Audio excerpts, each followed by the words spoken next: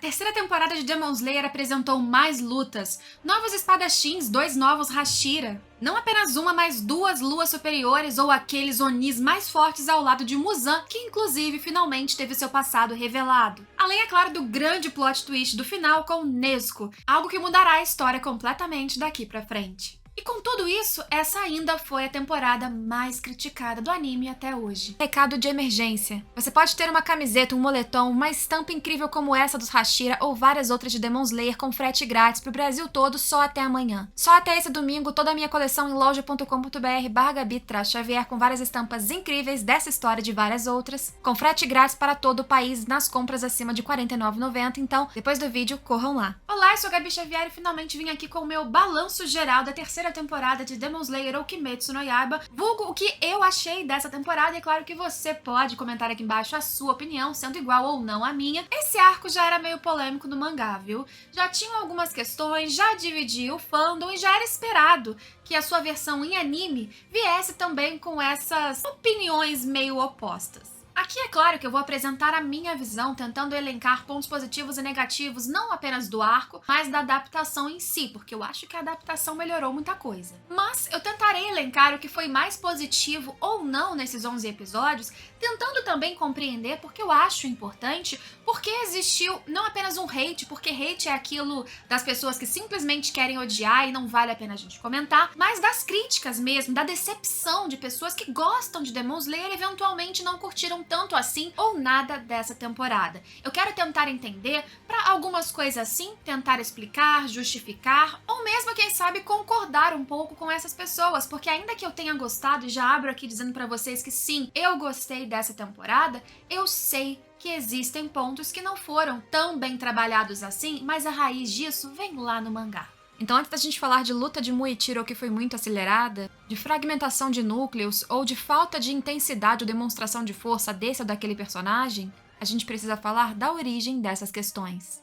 Esse é um arco que no mangá, e não tô aqui pra falar de mangá, apenas spoilers do anime, mas essas comparações são pra gente falar do anime, mas no mangá esse arco da Vila dos Ferreiros, ele já era muito rápido. A história de Kimetsu no mangá, se você pegar pra ler, já é acelerada, é uma história curta, portanto compacta, e por isso muitos acontecimentos, incluindo lutas e explicações, são bem rapidinhos. Dizem que existiu um problema pessoal que levou a escrita a ser mais rápida e a conclusão, por consequência da história, também ser mais cedo do que o esperado. Isso ocasionou um ritmo de narrativa que ficou atropelado demais, mas verdade seja dita, também existe um estilo de história dentro de Demon Slayer que segue a mesma fórmula. Desde o início do anime, eu acredito que a adaptação, esse trabalho de trazer a linguagem das páginas para as telas, foi muito bem feito com o Ufotable, com toda a equipe, porque eles conseguiam tirar essa experiência, essa sensação de que a história corria demais, de que existiam alguns buraquinhos, talvez, falta de fluidez,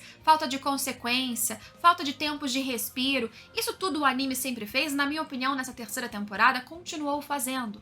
A Vila dos Ferreiros no mangá é, em essência, o que a gente viu nesses 11 episódios, mas muito mais truncado, muito mais atropelado, com cenas muito mais rápidas, sem tanta emoção. E é claro, a sinestesia do audiovisual, da tela, do som, das vozes, isso melhora ainda mais a experiência, quando é bem feito mais ainda, como é o caso até hoje com a terceira temporada de Demon Slayer. Bem, sendo assim, eu começo elogiando o trabalho de adaptação em conseguir trazer em 11 episódios uma história que, eu sei, pareceu curta, mas ela foi muito mais alongada e mais explicada do que foi no mangá. Segundo ponto de elogio pra mim, porque vamos começar elogiando, acho que faz mais sentido, eu continuo achando que a qualidade de animação é muito boa.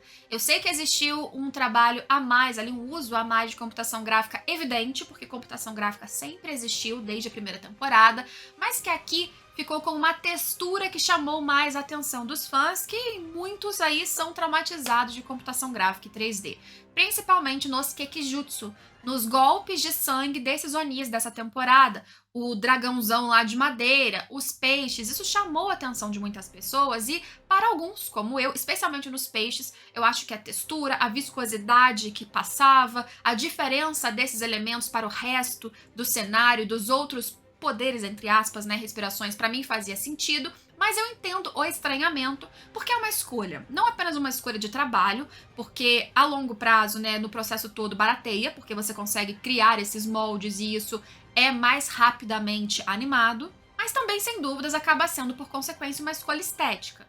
Análise também mais geral, eu acho que esse é o tipo de escolha que na indústria vai cada vez mais acontecer, exceto em trabalhos muito artísticos que queiram, porque sim, trabalhar mais ali no 2D. Eu acredito que esse tipo de elemento de computação gráfica, de 3D, cada vez mais será utilizado e eu não acho que foi mal feito, mas sem dúvidas chamou a atenção. O primeiro episódio, que a gente teve uma cena no chamado Castelo Infinito com as luas superiores fazendo uma reunião, foi sensacional. E por isso eu defendi lá no final da segunda temporada que essa cena estivesse no começo dessa aqui, assim como defendo que a reunião dos Hashira aconteça no começo da próxima, para que a gente comece no hype. E como o primeiro episódio também foi um trecho que passou em cinema, sem dúvidas existiu uma clara diferença de produção nessa abertura do anime e no restante, o que não invalida a qualidade dos outros episódios que, novamente, pra mim, continuaram muito boas. Trilha sonora é fenomenal, eu achei que nessa temporada teve tudo a ver com o estilo. Se vocês pararem pra notar, a arte de Demon Slayer, especialmente em cores, quando a gente fala de anime,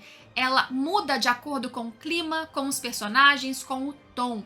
No arco do Hashira Uzui, que é mais extravagante, o Distrito da Luz Vermelha, que é do entretenimento, nós tínhamos mais cores vívidas, saturadas, o vermelho, o próprio Uzui trazia muito isso, os fogos na abertura remetiam a isso, a trilha sonora também tinha mais essa vibe, e quando a gente entra nesse arco que tem sobretudo um foco em Muichiro Tokito, o Hashira da Névoa, a Vila dos Ferreiros, a gente tem tons muito diferentes, principalmente rodeando esse Hashira. Mais azulados, menos saturados, a trilha sonora muitas vezes nessa temporada teve tom mais de terror, mais de suspense, o que pra mim combinou muito bem e foi épica quando precisava ser, e foi silenciosa quando necessário, por exemplo, no momento do último episódio, quando o Tanjiro estava naquele impasse, salvo minha irmã ou tento salvá-la, ou deixo entregue à morte e vou salvar aqueles outros dois humanos, então a gente tinha um silêncio profundo.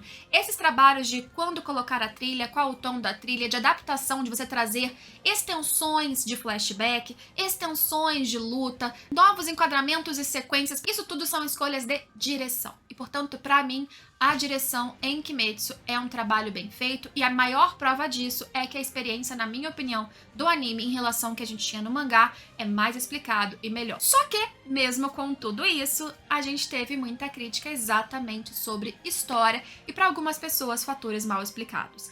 Eu vou tentar elencar o que eu acho que foram os motivos. Nessa temporada, primeiro a gente teve algo que foi muito diferente, que foi a exclusão completa, temporária, apenas nesse arco, de dois personagens que, ame ou odeie, eles são carismáticos e a cara desse anime, que são Zenitsu e Inosuke. Eu gosto dos personagens, não sou hater nem de Zenitsu, muito menos de Inosuke, mas nesse arco também tivemos ali o anexo de Genya, que trouxe um passado muito mais cruel, muito mais pesado, e ele mesmo teve uma evolução ali, convivendo junto com o Tanjiro e com os outros, que pra mim valeu a pena de assistir. E através dele descobrimos mais de outro Hashira, o Hashira do Vento, que pra mim, quando você fala de uma história que é tão rapidinha, é sempre um momento valoroso. Eu vou descobrir um pouco mais daqueles que, sumariamente, assim, eu só sei que é forte.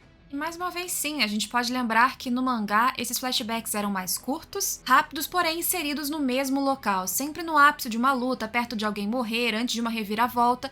E, gente, isso sempre aconteceu, desde os primeiros arcos, é só vocês lembrarem como que a gente viu o passado do Rui, e isso vai continuar se repetindo até o final dessa história, porque Demon Slayer é formulaico. Quando eu digo isso, eu quero dizer que é uma história que se utiliza da mesma estratégia narrativa para inserir passado, momento de tensão, viradas, humor. Isso não é negativo, é uma fórmula que inclusive deu muito certo, mas que sim, será repetida inúmeras vezes. No caso do flashback, eu não consigo dizer que é algo negativo, porque, como eu já disse, acrescenta na construção da história, do universo, dos personagens, mas também, nesse caso do Genya, por exemplo, trouxe um paralelo à história de outros dois irmãos que a gente acompanha, o protagonista Tanjiro e Nezuko. E como o destino do Tanjiro hoje talvez seja muito mais bonito e positivo, não só pela sua personalidade, mas porque ele teve a oportunidade de ter a sua irmã ainda do seu lado, mesmo como Oni, o apoiando, acreditando nele. O que é uma pessoa repleta apenas de dor e na ausência de esperança e de carinho de outro? Se você utilizar esse flashback para entender o que ele tem a acrescentar numa história que nunca se propôs a ser extremamente profunda, e se você espera isso de Kimetsu, eu sinto muito, não vai acontecer. Se você entender esse lado, talvez você não tenha tanta raiva desses passados que continuarão aparecendo em momentos oportunos do anime. Tiramos 2 personagens do quarteto principal, mas o Tanjiro também não foi excessivamente focado, então também perdemos alguns segundos de protagonista, para focar em outro Hashira, que era o Muichiro Tokito, que durante muita parte ali, a maior duração da sua participação nessa temporada, ele estava esvaziado de si porque ele não se recordava, porque ele teve um passado tão traumático fisicamente e psicologicamente que ele simplesmente esqueceu, bloqueou. Então ele seguia num modo automático. Ele não tinha personalidade, carisma, aquilo que fizesse você torcer por ele, como foi, por exemplo, com o caso do Uzui.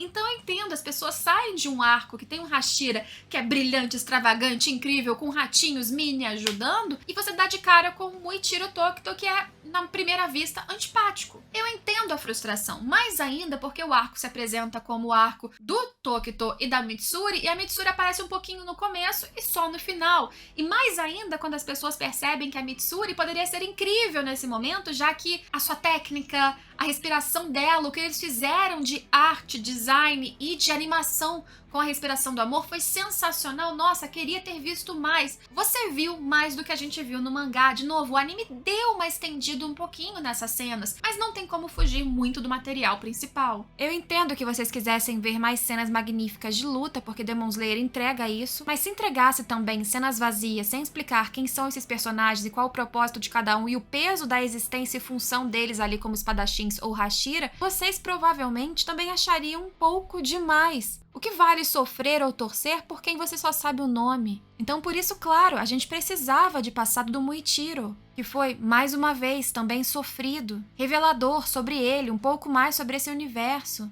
sobre a sua ascendência e ligação com uma família aí milenar que, no mínimo, teve o espadachim mais forte já conhecido. E fiquei muito grata que o anime deu uma estendida, não só nesse, mas em todos os flashbacks, incluindo cenas extras, humanizando esses personagens e, pra mim, novamente dando propósito para a existência deles. Ainda que para muitos a existência da Mitsuri seja fútil demais. Por que existe uma mulher que quer, sobretudo, casar, ser amada ou amar alguém? Que absurdo. Não acho que Demon Slayer é um anime que pode ser colocado como estereotipador de mulheres. Existem mulheres de todo tipo e categoria nessa história. Sendo assim, também acho que existe lugar para as mulheres super fortes, que não se encaixavam naquela sociedade japonesa da era que a gente está acompanhando Demon Slayer numa ficção. E que essa vontade e sonho dela de casar, que era todo o propósito que ela conhecia como mulher, de novo, vamos encaixar ela no contexto, foi um grande impulso para hoje ela ter um propósito muito maior, que é ser útil, é salvar. Não dá para você ignorar esse flashback, e numa história rápida não dá para você encaixar em qualquer outro momento. Seriam necessários muitos reajustes prévios e posteriores para que os flashbacks entrassem de outra forma, em outro momento, em outro ritmo. Como está sendo feito em relação à adaptação, para mim, tá sensacional.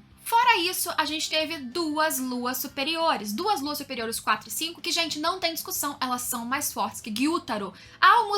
O Muzan disse que o Gyutaro poderia ser mais forte se largasse a Daki pra trás, mas ele não era, ele não largou, ele não era. Ele brincou muito com o Uzui, ele deixou muito a Daki à frente, e por isso a luta transcorreu durante muito mais tempo. E a gente não tinha um Hashira com marca ativada, e você não pode presumir que o Uzui é com certeza mais forte do que Muichiro. As pessoas foram presumindo muitas coisas simplesmente porque narrativamente, porque pessoalmente, elas preferiram o Oni e o Hashira do arco anterior. Vamos entender que aqui sim tivemos um upgrade. Gyoko e Hantengo são luas superiores mais fortes que a do arco anterior. Ponto. Não tem discussão sobre isso. Mas, e o carisma? E o design? E a apresentação das lutas? Isso, para muitos, ficou aquém da outra temporada. E eu acho que muito da crítica sobre essa temporada é em relação à expectativa, ao que você tinha de régua de comparação. Você saiu de uma luta que, de fato, na outra temporada teve muitos ápices e drama e consequência no final do cara se aposentando e perde braço e não sei o que e quase morre, pra chegar nessa que eu acho que teve muitos pontos altos e elogiei o tempo todo, já vou entrar nesses detalhes, mas compreendo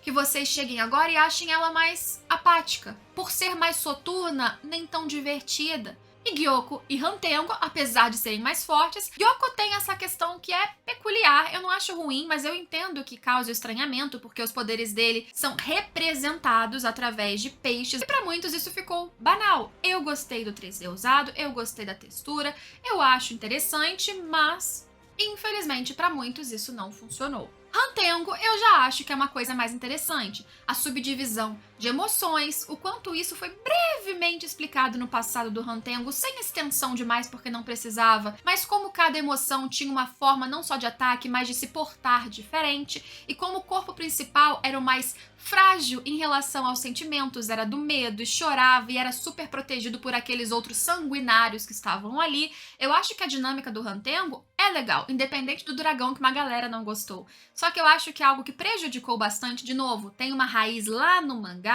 é que esse arco, ele tem mais de um ponto fragmentado, vamos dizer assim, subdividido, para você focar durante todos os episódios. Então, durante muito tempo, você ficava fragmentando Hantengo e Muichiro salvando o Kotetsu, de repente contra o Gyoko, e você vai pulando pra cá e pra lá, e você não conseguia ter um fluxo de batalha que, apesar de um ápice ou outro que chamou a atenção, fizesse as pessoas realmente sentirem o perigo e se envolverem em uma ou outra batalha. Eu me envolvi. Eu achei lindíssimo, achei, mas de novo aqui eu tô tentando fazer um exercício de entender onde que o arco, ele fez escolhas diferentes que foram contra a expectativa de muitas pessoas ou simplesmente não conquistaram parte do público. Mas independente de questões de gosto, a gente não pode dizer que essa temporada foi vazia de cenas incríveis de batalha, e eu não tô falando apenas de animação. Eu acho que tivemos, especialmente ali com Hantengo, Tanjiro, Nezuko, Genya, sequências que serão memoráveis pra sempre. E se a gente falar de aprimoramento de batalha do mangá de novo, nossa, aí a gente vai longe, porque